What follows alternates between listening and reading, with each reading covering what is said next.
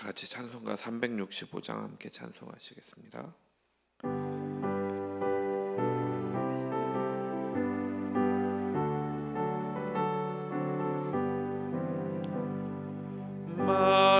마음속에 근심 있는 사람 주 예수 앞에 달뢰어라.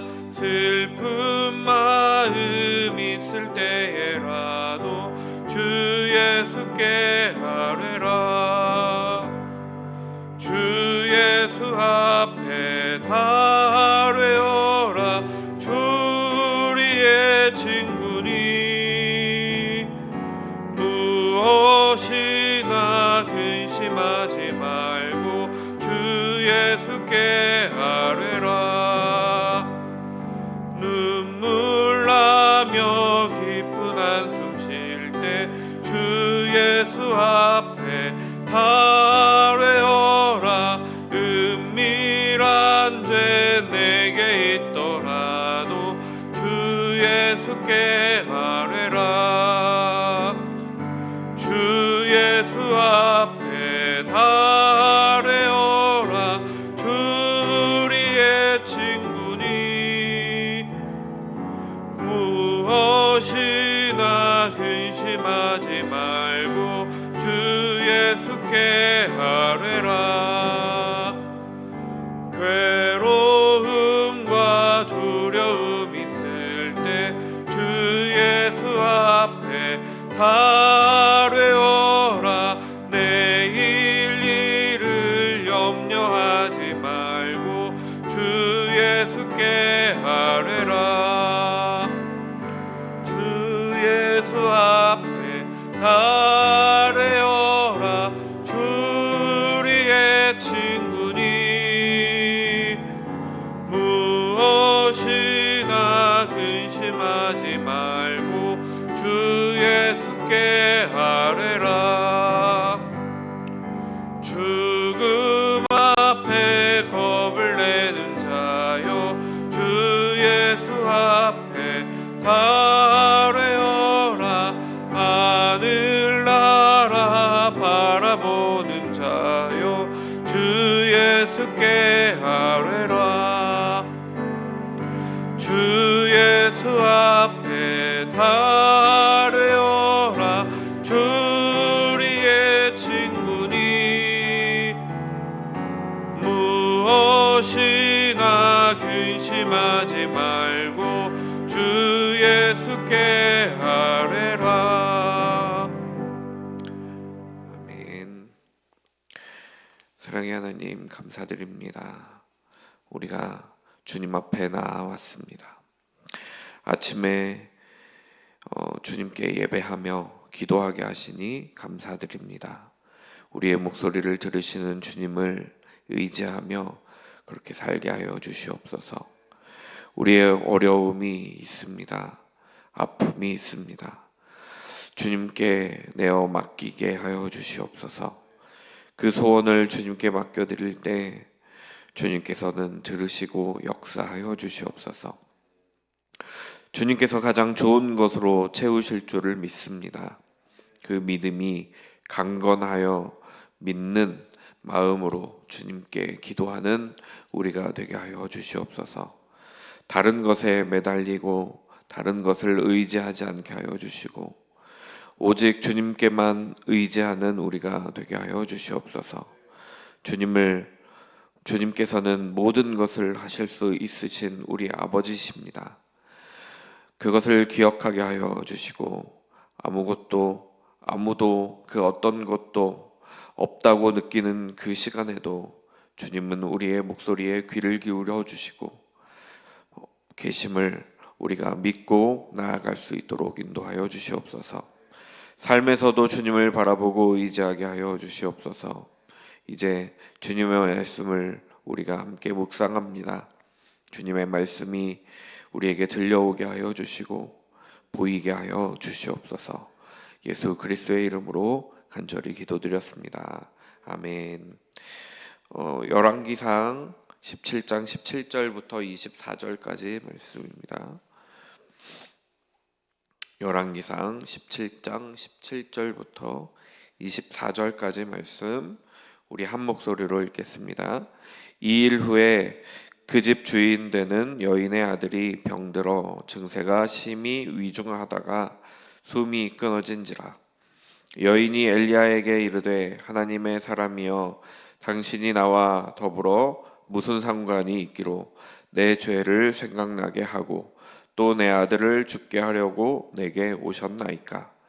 엘리야가 그에게 그의 아들을 달라 하여 그를 그 여인의 품에서 받아 안고 자기가 거처하는 다락에 올라가서 자기 침상에 누이고 여호와께 부르짖어 이르되 내 하나님 여호와여 주께서 내가 우거하는 집 과부에게 재앙을 내리사 그 아들이 죽게 하셨나이까 하고 그 아이 위에 몸을 3번 펴서 엎드리고 여호와께 부르짖어 이르되 내 하나님 여호와여 원하건대 이 아이의 혼으로 그의 몸에 돌아오게 하옵소서 하니 여호와께서 엘리야의 소리를 들으시고 그 아이의 혼이 몸으로 돌아오고 살아난지라. 엘리야가 그 아이를 안고 다락에서 방으로 내려가서 그의 어머니에게 주며 이르되 보라 내 아들이 살아났느니라. 여인이 엘리야에게 이르되 내가 이제야 당신은 하나님의 사람이시오 당신의 입에 있는 여호와의 말씀이 진실한 줄 아노라 하니라. 아멘. 사람의 인생에는 늘 좋은 일만 있지는 않습니다. 때로는 고통도 있고 또 슬픔도 있습니다. 그리스도인들의 인생도 마찬가지입니다. 그리스도인들에게도 고통과 슬픔이 존재합니다. 그러나 그 너머에는 하나님이 계시다는 것을 믿는 것이 그리스도인들입니다. 고통과 슬픔 그 자체를 보는 것이 아니라 그 너머에 계신 하나님께 시선을 돌리는 우리가 되었으면 좋겠습니다. 인간의 삶과 죽음은 하나님께 있습니다. 오직 생명은 주님께 있습니다. 다른 우상들은 아무런 힘이 없습니다. 그러니까 하나님을 의지해야 하며 하나님만이 생명의 근원 되심을 기억하며 살아야 할 것입니다. 오늘 말씀도 그것을 매우 잘 보여주는 본문이 아닌가 하는 생각을 하게 됩니다. 하나님께서는 의도적으로 엘리야를 시돈으로 보내신 게 아닌가. 시돈의 사르밧에 사는 과부에게 엘리야를 보내신 것 같습니다. 시돈 왕 엣바알의 딸 이세벨이 가져온 우상들, 그러니까 바알과 아세라는 아무것도 아니라는 것을 보여주시기 위해 시돈 땅에 엘리야를 보내신 것 같습니다. 오직 하나님께서 생명의 근원이 되시고 살게 하실 수 있음을 보여주는 본문이 아닌가 하는 생각이 듭니다. 사르밧 과부와 그의 아들은 가지고 있는 양식이 없어서 굶어 죽을 판이었습니다. 그러나 엘리야를 만남으로 인해서 양식이 떨어지지 않는 기적을 경험하게 되었습니다. 부족함에도 불구하고 예언자인 엘리야를 아주 잘 섬기면서 양식이 떨어지지 않는 경험을 했습니다. 음식은 부족하지 않았으나 과부의 아들은 병이 들었습니다. 17절의 시작이 2일 후에라고 말씀하고 있는데 2일이라는 단어가 다바르라는 단어를 썼습니다. 잘 아시다시피 하나님의 말씀을 뜻하는 단어입니다.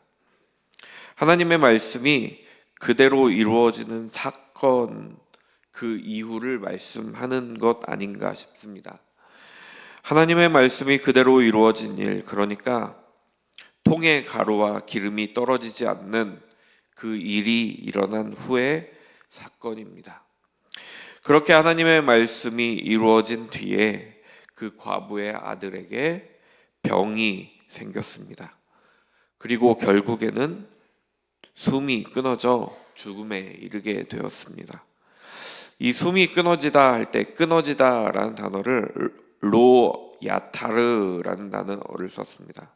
부정을 뜻하는 로라는 단어와 함께 야타르, 남기다, 남다라는 뜻하는 야타르라는 단어를 썼습니다. 그러니까 그에게 숨이 남아있지 않았다라는 겁니다. 숨이라는 단어는 네샤마라는 단어를 썼는데요.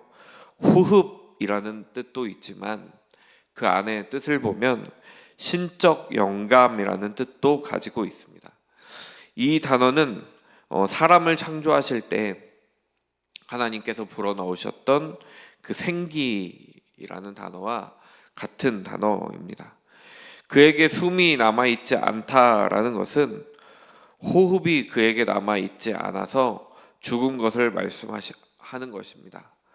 그런데 저는 이런 생각도 들었습니다. 이 신적 영감이라는 말이 하나님의 호흡, 하나님께서 불어주신 그 생기, 그러니까 하나님과 소통함으로 받아들여졌습니다. 그래서 하나님의 호흡, 하나님께서 불어주신 그 생기, 하나님과의 소통함이 남아있지 않으면 그것은 죽은 것이다 라는 생각이 들었습니다. 그런 의미에서 지금 아합이 통치하고 있는 북이스라엘이 죽음 가운데 있음을 사르밧 과부의 아들을 통해서 말씀하고 있는 것은 아닌가 싶습니다. 동시에 앞에서 말씀드렸던 것처럼 북이스라엘을 살릴 수 있는 분은 하나님밖에 없음을 말씀하고 있는 것입니다. 생기를 다시 불어넣어 주실 수 있는 분은 하나님밖에 없다라는 말씀입니다. 사르밧 과부는 양식이 없었는데 엘리야로 인하여 양식 걱정을 하지 않아도 되었습니다. 그러나 자신의 아들이 죽자 갑자기 엘리야에게 탓을 하고 있습니다. 엘리야를 하나님의 사람이라고 부릅니다. 그러면서 엘리야로 인해 하나님으로부터 심판받았다라고 생각하고 있는 겁니다. 인과응보 사상을 가지고 자신의 죄로 인해 자신의 아들이 죽었다라고 생각하고 있는 겁니다. 그러나 엘리야가 오지 않았더라면 자신의 아들이 죽지 않았을 것이다 라고 생각하고 있는 겁니다. 그러니까 이 사르밧 과부가 생각하는 하나님은 이런 하나님입니다. 하나님의 사람 엘리야가 그곳에 사르밧 과부에게 왔으니까 하나님께서 그곳을 주목하여 보니 그곳에 자신이 있었고 자신의 죄가 그의 아들이 자신의 죄가 보여서 그의 아들이 죽었다라는 겁니다. 그러니까 사람처럼 하나님을 생각하고 있는 것이죠. 사람처럼 엘리야가 오지 않았으면 자신의 죄를 하나님께서 모르셨을 것이다 라고 생각했다라는 겁니다.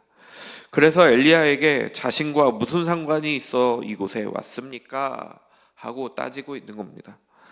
엘리야가 오지 않았으면 자신의 아들이 죽지 않았을 것이다 라고 생각하고 있습니다. 그래서 자신의 아들을 죽게 하려고 왔냐며 엘리야에게 한탄하고 있습니다. 사르밧 과부의 아들이 죽었다는 것을 들은 엘리야는 아들을 받아서 자신이 거주하고 있던 다락방으로 데리고 갑니다. 제가 어렸을 때 외갓집에 가면 다락방이 있었습니다. 주로 창고처럼 잡다한 물건들, 오랫동안 사용하지 않는 물건들, 그러나 필요한 물건들을 위에 올려놨었는데요. 지붕 밑에 바로 있어서 천장이 낮았던 기억이 있습니다. 그 다락방은 안방에서 올라가는 계단이 있었습니다. 그러나 여기 나오는 다락방은 올라가는 계단이 외부에 있었을 것이다 하고 신학자들은 추측을 합니다. 숨이 끊어진 아이를 안아서 자신이 거처하는 다락방으로 올라갑니다. 그리고 자신이 자는 그 침상에 누였습니다. 그리고 20절에 여호와께 부르짖는 것입니다. 엘리야도 사르밧 과부의 아이의 죽음이 이해가 되지 않았던 것 아닌가, 그런 생각이 듭니다. 자신을 성심성의껏 섬긴 사르밧 과부, 그 사르밧 과부의 아들의 죽음, 그러니까 사람의 죽음은 우리가 이해하기 어려울 때가 참 많습니다. 선한 사람일수록, 또 젊은 사람일수록 더욱 그렇습니다. 그런데 엘리야도 그랬던 모양입니다.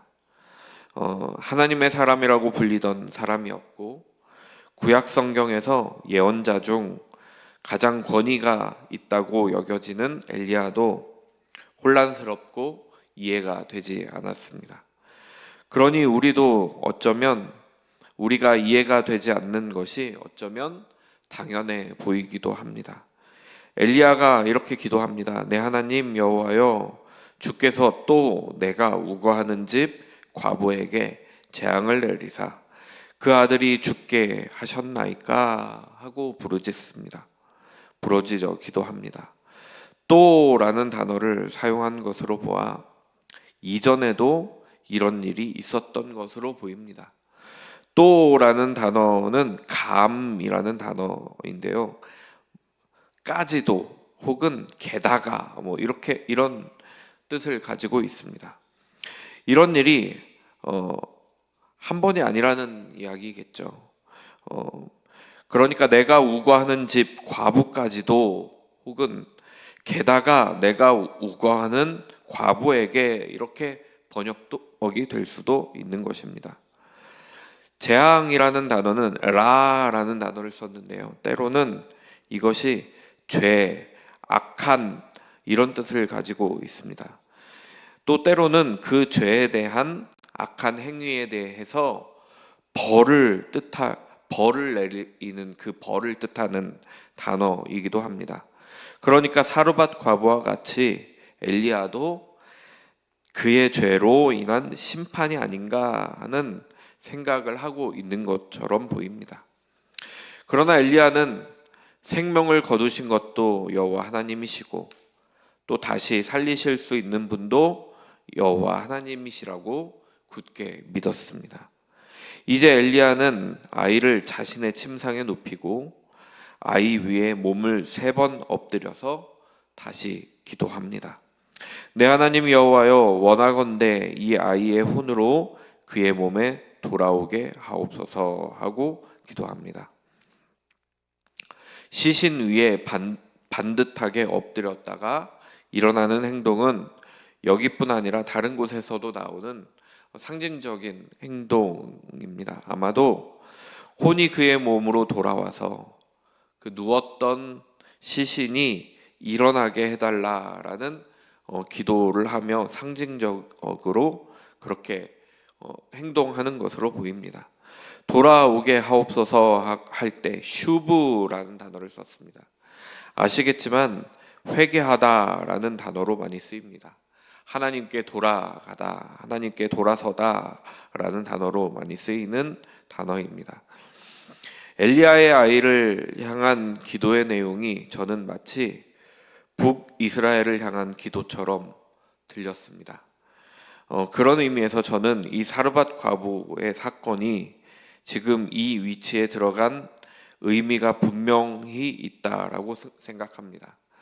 아합의 일생을 정리한 말씀이 사르밧 과부에 대한 말씀 앞에 나오고, 우리가 화요일에 읽었던, 이제 후로는 엘리야와 아합 그리고 이세벨의 이야기가 펼쳐질 텐데, 그 사이에 사르밧 과부와 그의 아들의 죽음에 대한 말씀이 나오며, 하나님께서 참 생명의 주인이시고 그 죽은 아이를 위한 기도가 북이스라엘에 대한 기도처럼 저는 자꾸 겹쳐 보였습니다.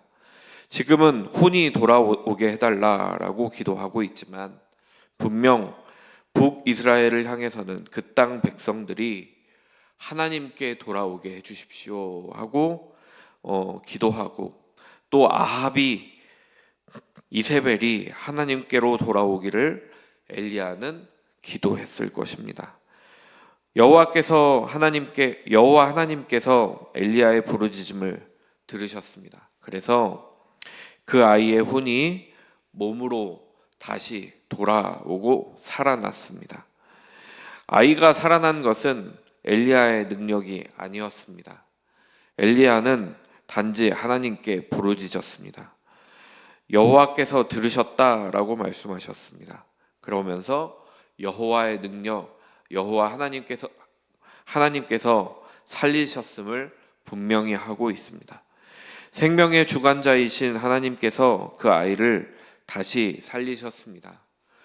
우상이 가득한 곳 그 시돈 땅에서, 바알과 아세라가 성행하던 그곳에서 여호와 하나님께서는 죽은 아이를 살리셨습니다. 또 가장 작은 사람, 여인이고 동시에 과부로 사회에서 가장 약한 사람으로 치부되었던 그 사로밧 과부에게 아들을 살려주심으로 인해서 구원을 선포하고 있는 것입니다.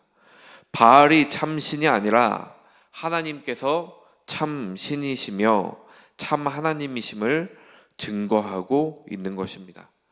그렇게 살아난 아이를 엘리야는 다시 안고 다락에서 방으로 내려가 아이의 어머니에게 주면서 이렇게 말합니다. 내 아들이 살아났다고 말합니다. 살았다라는 단어, 하이라는 단어는 하야라는 단어에서부터 파생되어 나온 단어입니다. 23절에 살아났다라는 단어 하이라고 썼지만 22절에 살아났다라는 단어는 하야라는 단어를 썼습니다. 살다, 생명을 주다, 회복시키다, 완전하다라는 뜻을 가지고 있는 단어입니다. 하나님으로 인해 살게 되었고 하나님으로 인해 존재하게 되었습니다. 하나님으로 인해 회복되었습니다. 사르밧 과부는 그렇게 다시 살아난 아들을 받게 되었습니다. 얼마나 기쁘겠습니까? 죽었다라고 생각했던 아들을 다시 살려지는 역사가 있었을 때 사르밧 과부는 매우 기뻤을 겁니다. 그래서 그런지 사르밧 과부는 24절의 말씀으로 고백합니다. 24절 말씀을 함께 읽었으면 좋겠습니다. 함께 읽겠습니다. 여인이 엘리야에게 이르되 내가 이제야 당신은 하나님의 사람이시요 당신의 입에 있는 여호와의 말씀이 진실한 줄 아노라 하니라. 아멘. 이제야라는 단어를 아타라는 단어로 썼는데요. 이제부터 이때라고 라는 뜻을 가지고 있습니다. 그러니까 이 경험이 하나님을 알게 했다라는 겁니다. 하나님을 알게 하고 하나님의 사람인 것을 알게 했다라고 말씀하고 있습니다. 알다라는 단어, 우리가 잘 아는 단어입니다. 야다라는 단어를 썼습니다. 그래서 이제 진짜 알게 됐다라는 겁니다. 이전에도 하나님의 사람이라고 불렀는데 그 하나님의 사람이라고 불렀던 것은 지식적으로 아는 것이었고 이제 경험해 보니 당신이 진짜 하나님의 사람인지 알겠습니다 하고 말하고 있는 겁니다. 머리로 아는 것이 아니라 경험적으로 아는 것입니다. 이제 머리로 믿는 것이 아니라 진짜 믿어진다라는 겁니다. 당신이 하나님의 사람인 것이 믿어집니다는 고백이기도 합니다. 또 그 입에 여호와의 말씀이 있다는 것을 안다라고 고백하고 있습니다. 이 얼마나 엘리야에게는 찬사와 같은 말이 아니었을까 생각해 보게 됩니다. 예언자로서는 최고의 찬사가 아니었을까. 우리의 주변에도 우리도 주변에서 이런 말들을 많이 들었으면 참 좋겠다는 생각을 하게 만드는 문장입니다. 우리로 인해서 생명이 살게 되는 역사가 이루어지며 그 생명을 얻은 사람이 당신은 진짜 하나님의 사람입니다. 당신의 입에 있는 말씀이 진짜 하나님의 말씀입니다. 라고 듣는다면 참 좋겠다는 생각이 듭니다. 우리 예운교회 성도님들께서는 이런 말을 들으시는 분들이시라고 믿고 또 그렇게 되시리라고 믿습니다. 사르밧 과부의 이 고백은 너무 좋습니다. 하나님을 만나고 하나님의 사람을 만나게 된 것입니다. 하나님을 만나고 또 그 입에 하나님의 말씀을 담고 있는 사람을 만난 것입니다. 우리를 통해 사르밧 과부와 같은 고백을 하는 사람들이 있기를 소망합니다. 시돈 땅에서도 여호와 하나님은 참 하나님이십니다. 그곳에서도 사람을 살리십니다. 바알과 아세라 그리고 다른 우상들은 진짜 신이 아닙니다. 진짜 하나님이 아닙니다. 그들은 생명을 살리지 못합니다. 그들은 아무것도 아닙니다. 오직 하나님께 생명이 있으며 오직 하나님께서 살리시고 구원하신다는 것을 기억하며 주님 앞으로 나아가는 우리가 되기를 간절히 소망합니다. 오늘은 기도합니다. 가정을 위해서 또 선교사님들 가정을 위해서 자녀들을 위해서 기도해 주시고 전도 대상자들을 위해서 또 일터교회 부흥을 위해서 함께 기도해 주시면 감사하겠습니다. 사랑의 하나님 감사드립니다. 주님만이 우리의 하나님이십니다. 주님만이 우리의 생명 되십니다. 주님께 있을 때 살게 하여 주심을 믿습니다. 우리를 통해 사르밧 과부와 같은 고백이 있게 하여 주시옵소서. 한 생명이 살고 한 생명이 주님께로 나아가는 그런 역사가 있게 하여 주시옵소서. 주님을 섬기는 자리로 나오는 역사가 있게 하여 주시옵소서. 오늘의 삶 가운데에서도 그런 일들이 있게 하여 주시옵소서. 생명을 살리는 역사가 우리를 통해 이루어지는 역사가 있게 하여 주시옵소서. 예수 그리스도의 이름으로 간절히 기도드렸습니다. 아멘.